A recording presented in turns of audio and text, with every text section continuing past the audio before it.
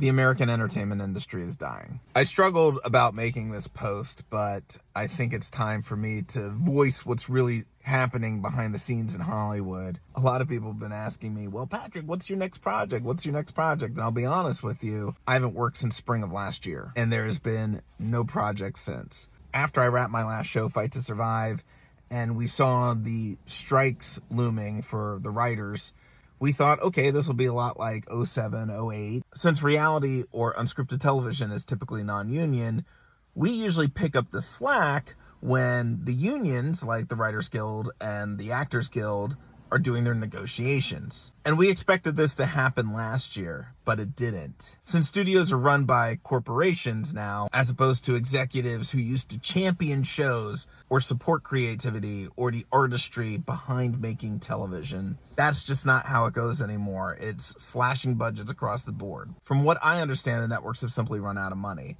They all tried to adopt the Netflix streaming platform, get rid of advertisers, and work on just solely a subscription-based model, and that just killed revenue streams.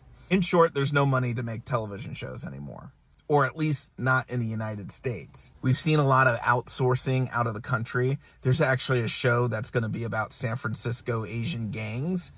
They filmed it in Cape Town, South Africa. San Francisco is just 300 miles north of LA. Some people think this is revenge from the corporations for workers actually trying to unite and get what they want. But no matter what the explanation is, there's just simply no work out there. And it is crushing entertainment workers. You gotta remember, some are blue-collar workers, just regular middle-class folks trying to work a job in an industry that we've known for years. And while it's always been a hustle, I've never struggled to find work in my entire career. I'm freelancing in other ways to make ends meet. However, some people that are really close to me, some extremely talented, creative people, I'm hearing horror stories of. And these are people that are my bosses, my mentors, the people that never have a hard time finding work. I got off the phone yesterday with another executive who told me that she's doing DoorDash and selling her inherited grandmother's jewelry to make ends meet. There's producers and unscripted workers who are out there doing Uber every day. One of the most talented editors I know just told me that he's selling his place